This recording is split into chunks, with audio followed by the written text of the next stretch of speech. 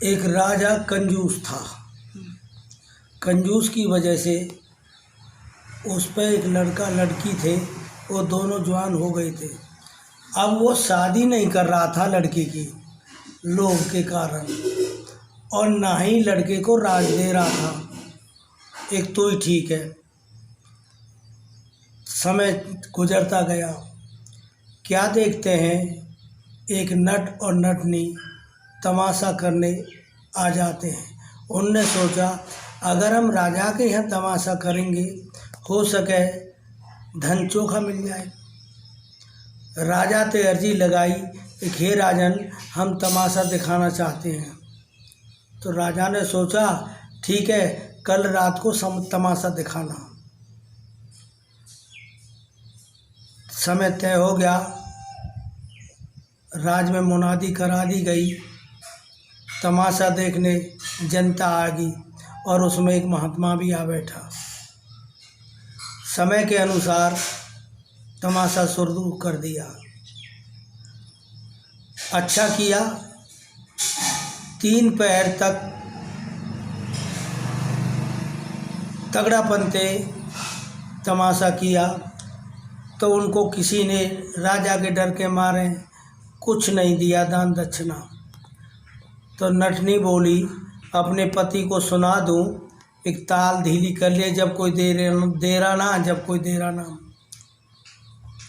उसने कही एक रात घड़ी भर रह गई, था क्या पिंजर जाए। नटनी कह नटराज स्यों, धीमी ताल बजाए। नट बोला एक किसी ने पैसा नहीं दिया, इसलिए नटनी इस बात को कह रही है, पर ये तो ठीक नहीं है, कोई दे चाहे ना दे, पर इसे ताल धीमी नहीं करनी चाहिए। फिर वो बोला ठीक है, इसको मैं जवाब देता हूँ। घनी गई थोड़ी रही, ये भी बीती जाए, थोड़ी देर रे कारणों, रंग में भंग न थाए। हे नटनी, 3 पहर जब तेने बिता दिए तो 1 पहर और बिता दे उसी तरह से, या में भंग मत गेर है, कोई दे चाहे ना दे, और करके चल देंगे। तो क्या देखते हैं, उसमें एक महात्मा बैठा हुआ था। उसने उसको गुरु बना लिया, और उसने वो कम्मर था, उस पर वो कम्मर उसको दान में दे दिया। भैया ये तेरी दक्षिणा है, और तो हम पे कुछ नहीं है। फिर क्या देखते हैं, उसका लड़का उस पर जो है का 1.25 लाख की अंगूठी थी। वो उसने सोचा भाई ठीक है, उसने भी कुछ सोच समझ के 1.25 लाख की अंगूठी दान कर दी। फिर उसके घर में वो लड़की तो थी, लड़की ने भी सोचा भाई मैंने इसको गुरु बना लिया, और ले ये 9.25 लाख का हार है, उसको भी दान में दे दिया। राजा ये देख के और ये क्रोध में आ गो, और वो बोला इन सबको अरेस्ट कर लो, सुबह बात करेंगे। और तो इनने मेरे से पहले इनने क्यों दान में दिया, मेरी बेइज्जती होती है इसमें। अब सुबह के लिए फैसले के लिए सबको अरेस्ट कर लिया। अब सभा जोड़ी गई। उसने उस बाबा जी को बुलाया, क्यों रे मूढ़ा, तेने ये काम क्यों किया जबकि हम बैठे हुए थे। वन की हे राजन, चाहे मार चाहे छोड़, मैंने 50 साल बैरागी पने में बिताए, और मैंने ये सोचा हुआ था कि मैं अब किसी लड़की को लेके भागूंगा, अब मैं गृहस्थ में उतरूंगा।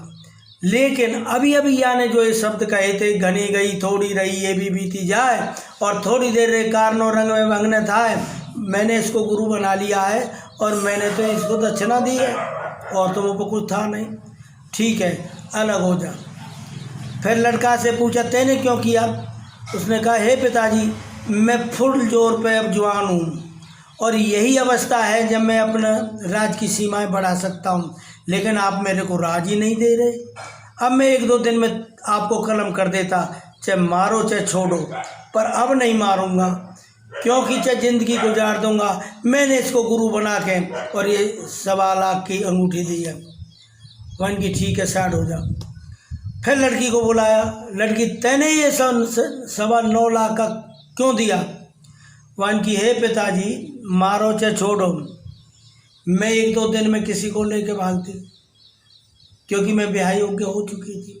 आप लोग कारण मेरी शादी नहीं कर रहे थे, मैं क्या करती। लेकिन अभी अभी इसने जो बताया, मैंने इसको गुरु मान लिया और मैंने तो इसको दक्षिणा में दिया है। अब राजन सोचा, अगर ये नट नहीं आता तो मेरा तो भट्टा ही कोल था। उसने सोचा ये तो बहुत अच्छा हुआ जो इसने मेरे राज में आके तमाशा किया। तो उसने क्या 1.25 लाख मुद्राएं दान में दे दी। भैया तेने मेरे घर संवार दियो और अब तो कुछ करने की ज़रूरत ना पड़ेगी, जा अब मौज ले।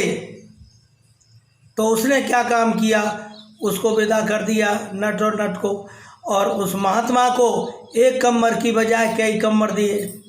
जा अब तू महात्मागिरी कर। लड़का को बोला, एक लड़की के लिए पहले वो लड़का देख के आओ, लड़की की पहले शादी करूँगा।